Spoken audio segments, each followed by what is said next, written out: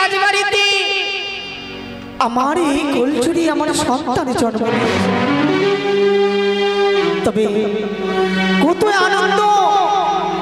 কত আনন্দ এই রাজবাড়ি সবাই আনন্দে মেতে রয়েছে তবে আজ এত সুন্দর এত অপরূপ আমার সন্তানের জন্ম নিয়েছে তারই তুলনা আমি করতে পারবো না সোনারি আজ তোর মুখে চেয়ে আমি সকল দুঃখ ভুলে গেলাম রে সোনা যতই আমার মনে দুঃখ ছিল সকলে দুঃখ তোকে দেখে আমি ভুলে গেলাম ওরে খোকা তুই আমার কলে যখন থেকে এসেছিস আমার মনে ছিল ধন্য হয়ে গেল আমার মনে ছিল ধন্য হয়ে গেল আহারে আমার কোলে চলে এসেছি অগো মাসি পিসিরা অগো চম্পানি নগরীর আমার আত্মীয়রা সবাই এসো মা সবাই এসে আমার এই সন্তানকে দেখে যাও মা কোথায় রায়তী দাসী সুখী থেকো মা আপনার নয়নে জল পড়ে কেন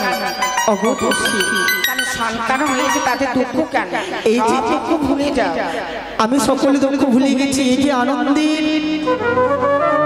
আনন্দের চোখের জল আনন্দে আজ আমার মনটা ভরে গেছে দাসী শোনো এই রাজবাড়ির রাজমাতা যার জন্য সবাই লালাতে ছিল আবার নতুন করে এই রাজ্যে প্রদীপ চালু সবাই তো আনন্দ আছে তাই খপকে নিয়ে চিন্তা করো আমরা রয়েছি দাসদাসী তাকে আমরা দেখাশোনা করব বেশ এনাও তোমরা এই আমার ছেলেকে নিয়ে আনন্দ করো এই খকর তাহলে শোনো এইভাবে মাকে কাঁদাসি তোকে পেতে সবাই আনন্দ দিয়েছে তাই দেখো না এই রাজ্যে না কাঁদে না কাঁদে না বাবা মা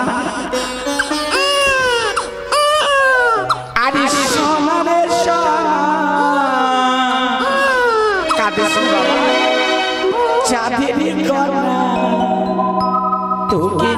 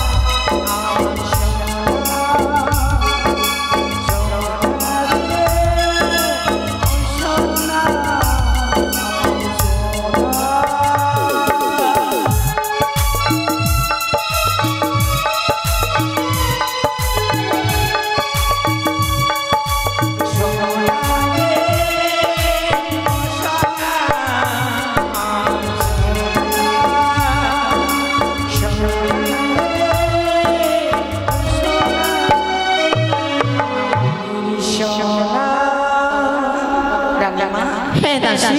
ভাই শুয়ে গেছে। শুয়ে গেছে? দাও আমাকে দাও। চল ভিতরে রাজা কাজকর্ম আছে, কাজকর্ম করি, কেননা আজ ষষ্ঠী পুজো হবে ভাই। আবার ঠাকুর ব্রাহ্মণ সবাই আসবে, খাবার ব্যবস্থা করতে হবে। চলো চলো।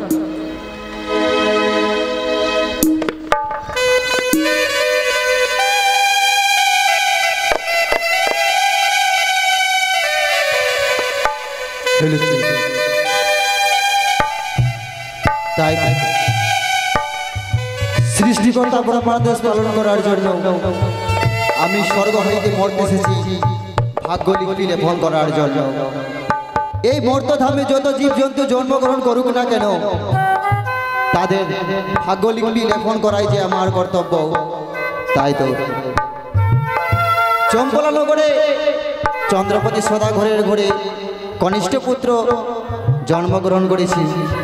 তাই তো আজকে তার ষষ্ঠী পূজা, আমাকে যে যেতে হবে তার ভাগ্য লিপি লেখন করার জন্য।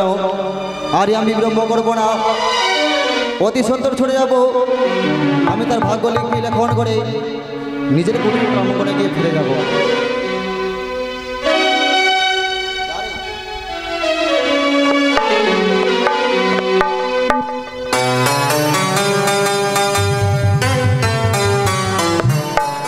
তাই তো একে করে 6 দিন পূর্ণ হয়েছে, তাই আমার সন্তানের ষষ্ঠী পুজো। না না না, আমি কি করব? এই সময় যে আমাকে ধাত্রীমাকে ডাকতে হবে, তাই আমি ধাত্রীমাকে ডাক দিই না কেন? কোথায় ধাত্রীমা? রানীমা। হ্যাঁ ধাত্রীমা। দেখেছো? হ্যাঁ দেখেছি। রানীমা আমি কি কথা বলবো? বলো দাস, বলো বলো। এক এক করে গত আমাদের 6 দিন হয়ে গেল এই রাজগিরি। হ্যাঁ, তাই বড্ড ইচ্ছে করে আমি নিজেই ঘরে যাব। বলি ধাত্রীমা, আজকে তো তুমি যেতে পারবে না। এ কি বলছেন রানীমা? হ্যাঁ, কেননা আজ আমার সন্তানের ষষ্ঠী পুজো। আজকে সারা নিশি তোমাকে আমার কাছে জেগে থাকতে হবে।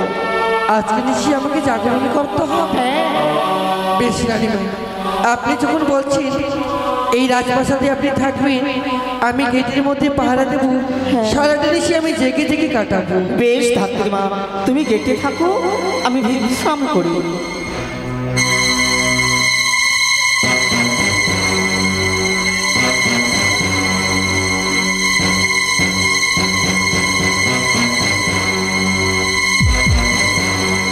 তাই তো এটাই তো আমার সুবর্ণ সুযোগ। আমি চুপি সারে তার ভাগ্য লিপি লেখন করে নিজের কুটির প্রাঙ্গণে ফিরে যাব।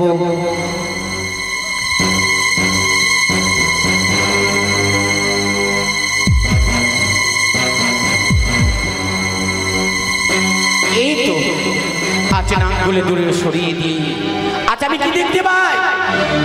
বিধাতা পুরুষ ছুটে চলেছে চম্পলা, নাকগুলো দূরে সরিয়ে দিয়ে যদি যদি দেখা দেয় এনেছি অনিরুদ্ধ সাথে দ্বাদশ বৎসরের জন্য, তাই ছুটে যাব বিধাতার পুরুষেরই কাছে। দাঁড়াও। একই মনসা, আজকে আমার পথ মাঝে তুমি কেন দাঁড় করালে? আজকে কেন দাঁড় করিয়েছি? কেন? এই মনসার প্রণাম তুমি গ্রহণ করো। আছে এসেছি ছুটে, দেখতে পাইলে এখন পত্র নিয়ে কোথায় ছুটেছ? তুমি হয়তো জানো না, আমার যে কর্মই হয় এই মর্তধামে যত জীবজন্তু জন্ম করুক না কেন, তাদের যে ভাগ্যলিপি লেখন করাই আমার কর্তব্য। বিধাতা পুরুষ, হ্যাঁ, সকল 33 কোটি দেব দেবীরা জানে, কিন্তু হ্যাঁ, আজ আমার সাথে একটি রহস্যের কথা। রহস্যের কথা? আপনি যদি আমার সঙ্গে শর্ত না করেন তাহলে যে আমি বলতে পারবো না। কথাই শুনেছি দেবের কথা দেবেরই মানে, তাই দেবী হয়ে আমি ঝাড়খানা গেছি বলেই ছুটে এসেছি তোমারই নিকটে। এমনই কি বিপদ হয়েছে? আমার সাথে সত্য করলে সত্য করতে হবে, তারপর তুমি আমাকে বলবে। হ্যাঁ অবশ্যই। 1 সত্য, 1 সত্য, 2 সত্য, 2 সত্য, সত্য 3 বার, সত্য 3 বার, মনসা বলিবে পালিবে শতবার। ছুটেছে চম্পলা, এই সন্তানের ললাতে লিখতে। তাই তার বয়স, তার কতদিন দীর্ঘ আয়ু আপনার কাছে আমি জানতে চাই।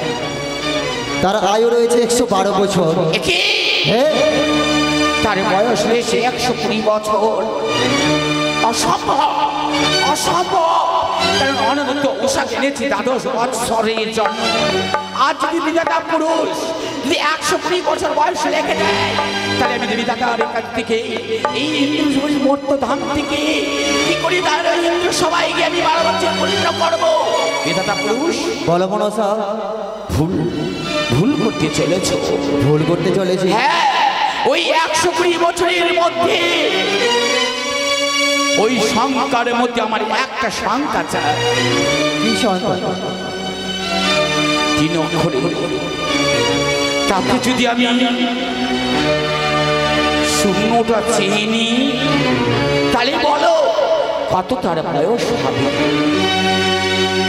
12 বছর। তাই যেটা হয় বিধাতা পুরুষ, তার আয়ু মাত্র 12 বৎসর। কিন্তু তার বয়স রয়েছে 112 বছর। এই কি বিধাতা পুরুষ? হ্যাঁ। আচ্ছা, তুমি আমায় কথা দিয়েছো, যদি এই কথা যদি অমান্য যাও, স্বর্গ মর্ত্য পাতালে যত দেব দেবী রয়েছে আমি জানিয়ে দেবো মিথ্যাবাদী রয়েছে দেবতাগণ। তাই সত্য বলে মিথ্যের কথা আর যদি জানতে পারে, কেউ আর স্বর্গের সবার কথা কেউ মুখে আচ্ছাড়াও করতে পারবে না। আজকে যে আমি বড় ভুল করলাম, ওই মনসার সঙ্গে সত্য করে সেই শিশু সন্তানের বয়স রয়েছে 112 বছর। কি করে আমি তার লিখবো 12 বছর? তাই বিধাতা পুরুষ বলি মনসা, এই মনসার কথা যেন মনে থাকে। হ্যাঁ মনসা, তার বয়স মাত্র যেন 12 বৎসরে হয়। একই শুনিয়ে গেল মনসা। আজকে সেই শিশুটির বয়স হচ্ছে 112 বছর, কিন্তু কি করে আমি লিখবো তার 12 বছর? তবে যে মনসা আমাকে কথা দিয়েছে, আমি তার ভাগ্যলিপি লেখন করবো অবশ্যই, কিন্তু ভাগ্যলিপি আমি লিখবো না, লিখবে স্বয়ং মনসা।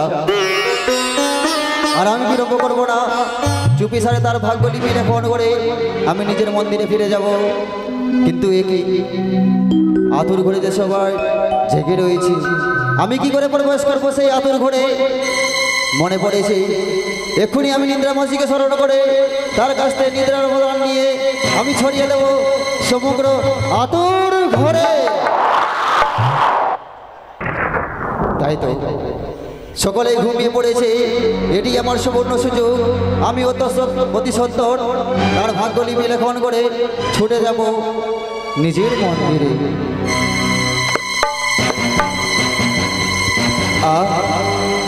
কি অপূর্ব যেন মনে হয় ওই আকাশের চন্দ্র তার মায়ের কোলে ঘুমিয়ে রয়েছে।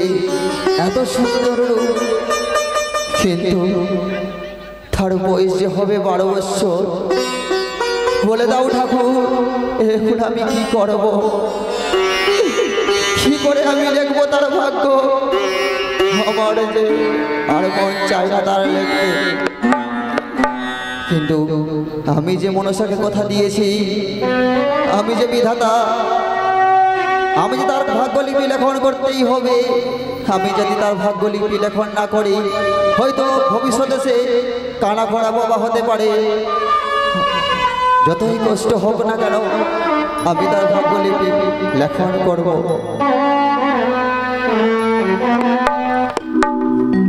আরে হেন কালে সরেকা সুন্দরী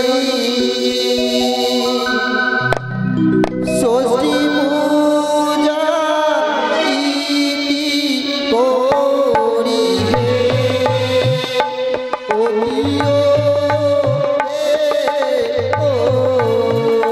ও প্রিয় হে, ষষ্ঠী পুত্র কোলে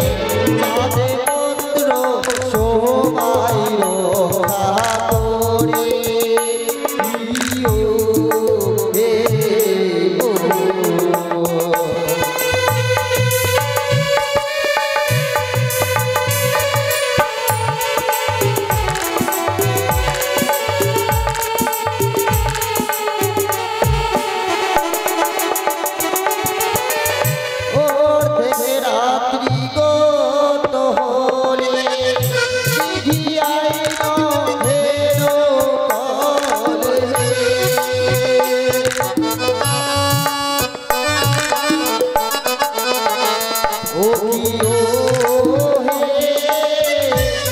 দিতে আইলা লালানে ও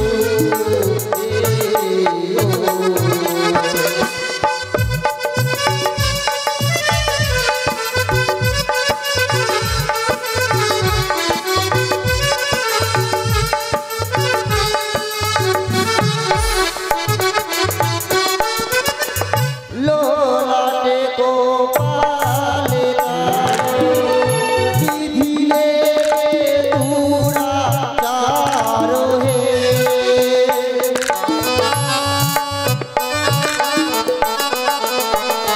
ও কি ও হে মরিবে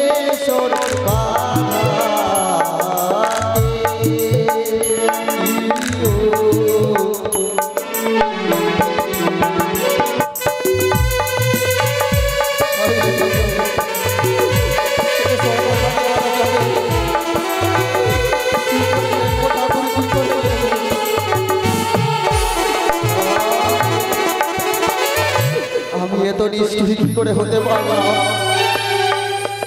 কি করে আমি এতটা নিষ্ঠুর হয়ে গেলাম? সামান্য দুধের শিশু, তার কপালে আমি এত বড় লেবল লিখে দিলাম। আমি যে নিরুপায়, কি করবো বল? আমি যে নিরুপায় রে বাবা, নিরুপায়। আমার যে কিচ্ছু করার নেই। বেহুলা সুন্দরতা মিঠু স্বামী বলে ভোরে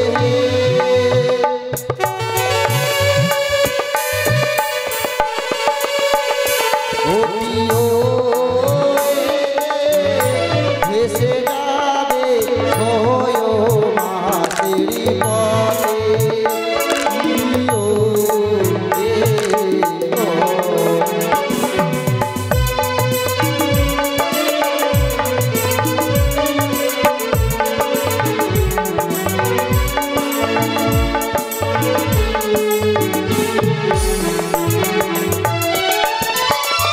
ওরে বাবা, যেমন আমি তোর ভাগ্যে লেগেছিলাম সর্বঘাতে তোর মৃত্যু হবে, তার উপায় যে আমি দিয়ে দিলাম রে বাবা।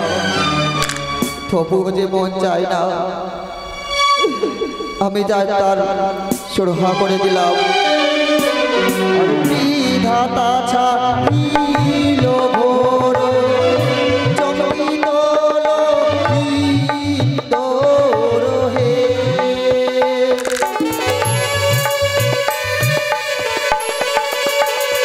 ও কি ও হে জাগিয়া আয় সারা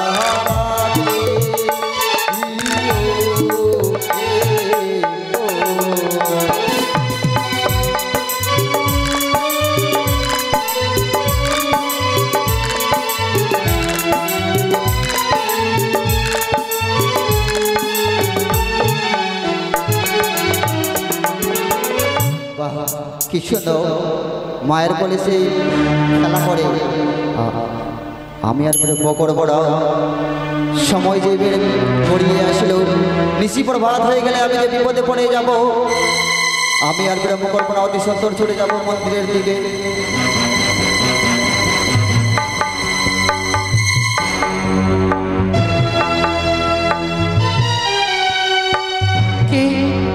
কে তুমি? এত রাত্রি হঠাৎ করে রাজবাড়িতে আগমন কিসের জন্য করেছো? বুঝতে পেরেছি, সুযোগ নিয়ে ঢুকেছো এই রাজপ্রাসাদে। কে কোথায় আছে দেখো, চোরের মধ্যে এসেছি। না মা না, আমি যে চোর নয়। তাহলে? আমি যে বিধাতা পুরুষ। বিধাতা পুরুষ? হ্যাঁ। এই হতভাগিনী প্রণামে গ্রহণ করো বিধাতা পুরুষ। অবশ্যই তোমার মঙ্গল হবে। আজ মানবপুরে জন্ম নিয়ে দেবতার সঙ্গে হলো সাক্ষাৎ, কিন্তু হঠাৎ করে এই রাজপ্রাসাদে কিসের জন্য পরিবেশ করেছো তুমি? তুমি তো মানব, তুমি কি করে জানবে? আজকে যে তার ষষ্ঠী পূজা, নিয়ম অনুযায়ী আজকে তার ভাগ্যলিপি লেখন করে আমি তাই লিখতে এসেছিলাম। এই শিশু সন্তানের কপালে লেখন তুমি লিখলে। হ্যাঁ বলি বিধাতা, এমন কি লেখন লিখেছো আমায় বলো না গো। সে তো আমি তোমাকে বড্ড ইচ্ছে করি আমার সেই লেখন শোনারই কথা। সে তো আমি তোমাকে বলতে পারবো না মা। এ কি বলছো বিধাতা? হ্যাঁ এক এক করে 6 ছেলে লেখন তুমিই লিখেছিলে। রানীমার 6টি ছেলে হারিয়ে ফেলেছি। অবশেষে কি লেখনে লিখেছো আমায় বলো। যদি তার কোনো বিপদ থাকে আমি রানীমাকে ডাকি, আমি কথাটি বলবো। সেটাই তো বড় কথা মা। যদি কোনো মানুষ তার ভাগ্যের ব্যাপারে আগেই জানতে পারে, সে যে তার ভাগ্য থেকে আগে তার দুর্দশা হয়ে যাবে, সে যে ভাবতে ভাবতে তার জীবন প্রায় শেষের দিকে চলে যাবে। কিন্তু একে বিধাতা, তাই তো আমি তোমাকে কিছুতেই বলতে পারবো না। আজ তোমার 2 নয়নে জলে কেন? 2 নয়নে জল? শুনেছি মানবরা শুধু চোখের জল ফেলে। আজ 2 নয়নে আমি দর্শন করতে পেলাম দেবতারাও চোখের জল ফেলে গো। বলি মা, তাহলে নিশ্চয়ই কিছু কথা গোপনে রেখেছো বলে আমায় বলতে চাইছো না। কি করে বোঝাবো তোমাকে আমি যে তোমাকে কিছুতেই বলতে পারবো না। তবে যখন তুমি এতই জেদ করছো, আমি তোমাকে বলবো সত্যই, তার সঙ্গে তুমি আমার সঙ্গে সত্যি অঙ্গীকার করতে হবে। তোমার সঙ্গে আমায় সত্য করতে হবে? হে মা। বেশ, আমি সত্য করব। বলো 1 সত্য, 1 সত্য, 2 সত্য, 2 সত্য, সত্য দিনবাদ। সত্য দিনবাদ। সত্য যদি লঙ্ঘন হয় নরকে হবে আমার বাস। বলি মা, বিধি লেখন অনুযায়ী সেই শিশুটির নাম হবে লক্ষিন্দর। তার বিবাহ হবে উজানি নগরে। উজানি নগরে এক সতী কন্যার সাথে, নাম যে তার বেহুলা। বেহুলা? তার বিবাহ হবে 11 বছর 6 মাসে। তারপরে বিধাতা? 11 বছর 6 মাসে তার বিবাহ হওয়ার পর সে বাসর ঘরে সর্বা হাতে মারা যাবে। না,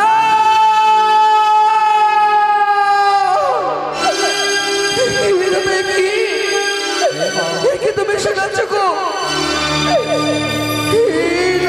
শিশু সন্তানে তার বিয়ের বাসরে করে তার হবে মৃত্যু। এই লেখনে তুমি লিখতে পারলি আমি যে নিরুপায়, যে মায়ের সপ্তম সন্তানে জন্ম নিল, 6টি সন্তান হারিয়ে ফেলেছে, সেই মায়ের একমাত্র সন্তান অনেক দিনের পরে আমি দেখতে পেলাম অট্ট হাসি এসেছিল। সেই মায়ের কাছ থেকে সন্তান কেড়ে নেবে বিধাতা কেন? আমি যে নিরুপায় মা, নিরুপায়।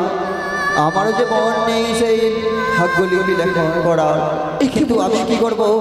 তার নিয়তি যে এটাই তার ভাগ্যে লেখা। আমার যে তার নিজের কর্ম অবশ্যই করতে হবে মা। ও কবিতা তো হ্যাঁ মা। তুমি হচ্ছে দেবতা, শিশু সন্তান হচ্ছে মানব। এই লেখনে ফিরিয়ে দাও বিধাতা, পুরুষ ফিরিয়ে ডাকো। এত কোনো পুস্তকে কলমে বা পেন্সিলে লেখা নয় মা। এই যে তার ভাগ্য লেখন, সে যে আর কিছুতেই বোঝা যাবে না। তবে এর উপায় আমি অবশ্যই লিখেছি। এর উপায় রয়েছে? হ্যাঁ মা। বলো বিধাতা, বলো, এমন কি উপায় রয়েছে আমায় বলো না গো। আমি যে তোমাকে আগেই বলেছিলাম, যার সঙ্গে তার বিবাহ হবে সে যে সতী কন্যা, নাম তার বেহুলা, সে 6 মাসের মধ্যে ভেসে নিয়ে যাবে দেবতানগরে। দেবতানগরে নিজের স্বামীর প্রাণ সে ফিরিয়ে পাবে। আবার এই প্রাণদানে সে ফিরিয়ে পাবে? হ্যাঁ মা। আমার বিশ্বাস হয় না। যে মানব মরে যায় সেই মানব কখনো আর জন্ম নেয় না। তাই ওকে বিধাতা আমি 2খানা চাদর ধরে বলি গো, এই শিশু সন্তানের কপালে লেখনে ফিরিয়ে দাও, ফিরিয়ে দাও। না মা না। বলিয়া গো বিধাতা, মরে এই লেখনে তুমি ফিরাইয়া লেখো।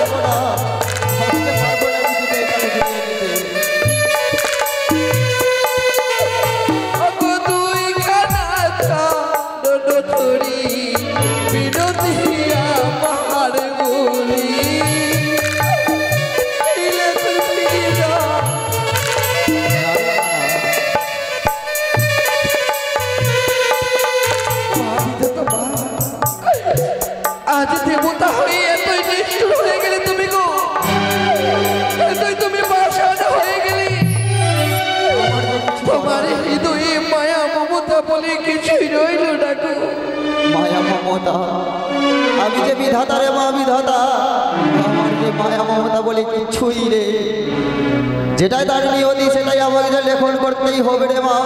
বিধাতা হ্যাঁ বেশি আমায় যখন বলেছো এই কথা আমি দাঁড়িয়ে দাঁড়িয়ে সকলের কাছে বলবো।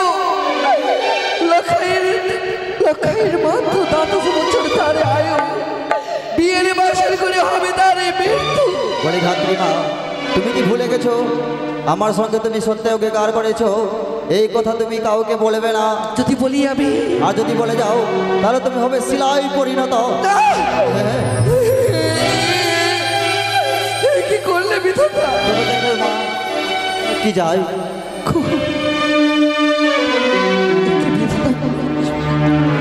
এই কথা যদি আমি কখনই রাখবো ততদিনই আমি পৃথিবীতে বেঁচে থাকবো।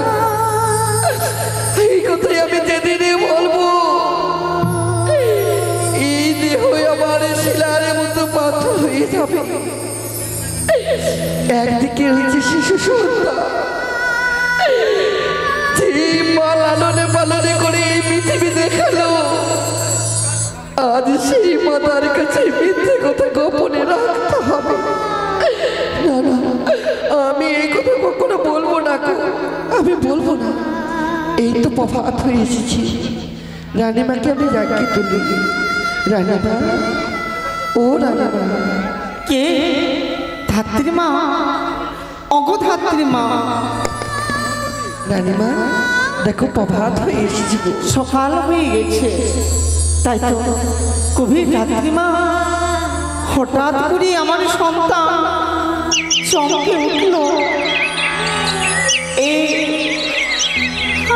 আরে তুমি যখন নিশীতে ছিলে তোমার মনে কত আনন্দ ছিল, আজ কেন কেন তোমার নয়নে জল দেখি? ধাত্রী মা বলো না, আমার 2 চোখে জল কেন গো জানো? কেন ধাত্রী মা? তুমি তো ঘুমিয়ে পড়েছি। হ্যাঁ, বারবার করে টুকটুক করে এই শিশু সন্তানকে আমি দেখতাম। আচ্ছা, শুধু মনে পড়তো আমার কপালের কথা। কপালেরই কথা? মনে হয় কতদিন থেকে তাকে আমি নিজের বুকের মাঝে জড়িয়ে ধরে রাখি বলেই আমার 2 চোখে জল পড়তে যায়। তাই রানীমা, হ্যাঁ, আমার ছুটি দিয়ে দে। বেশ, আজ যখন সকাল হয়েছে তোমার সন্তানের কথা মনে পড়েছে, আরে তোমায় আমি রাখবো না এই রাজপ্রাসাদে। যাও ধাত্রীমা। রানীমা একটি কথা বলবো? হ্যাঁ বলো। যাবার সময় এই শিশু সন্তানকে একটু আমার কোলে দেবে গো? হ্যাঁ, এই নাও, এই আমার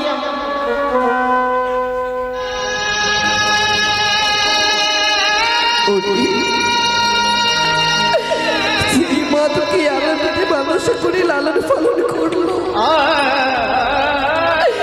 সেই মা শুধু তোর এই কথা সারাটা জীবন ভাবে থাকবে রে।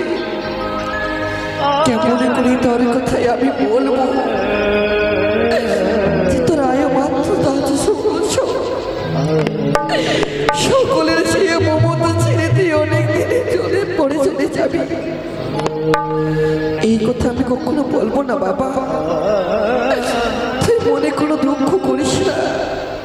তোকে আমি 2 হাত তুলে আশীর্বাদ করলাম, ছেলে সারাটা জীবনে বেঁচে থাক। এই নো রানীমা। ধাত্রীমা, যাবার সময় একটি কথা বলে যায় রানীমা। আমাকে যা মূল্য আমায় দিতে, ওই মূল্য আমায় দিতে হবে না রানীমা। তুমি মূল্য নেবে না? না গো না। কেন ধাত্রীমা, কেন তুমি মূল্য নেবে না? আজ আমার রাজপ্রাসাদে তুমি এসেছিলে কত আশা করে, আমার রাজপ্রাসাদের কিছুর অভাব নেই। তুমি যা চাইবে আমি মন খুলে তোমায় দেবো। বলো তুমি কি চাও? রানীমা, আমি কিছু নেব না, আমি একটি কথা বলবো। কি বলো? যা মূল্য আমি পাবো, হ্যাঁ, এই শিশু সন্তানকে তো আমি কিছু দিতে পারলাম না। হ্যাঁ, মা হয়ে শুধু 2 হাত ধরে তাকে আমি আশীর্বাদ করলাম। আচ্ছা, একখানা মালা তৈরি করে হ্যাঁ, ওই শিশু সন্তানের গলে পরিধানে করিয়ে দেবে। যাবার সময় বলে যাই রানীমা, কি? যতদিন এই পৃথিবীতে বেঁচে থাকবি, হ্যাঁ, ততদিন ওই শিশু সন্তানকে বুকের মাঝে জড়িয়ে ধরে রাখবি। হ্যাঁ, ওই শিশু সন্তানের বিবাহ দেবে না, দেবে না, দেবে না।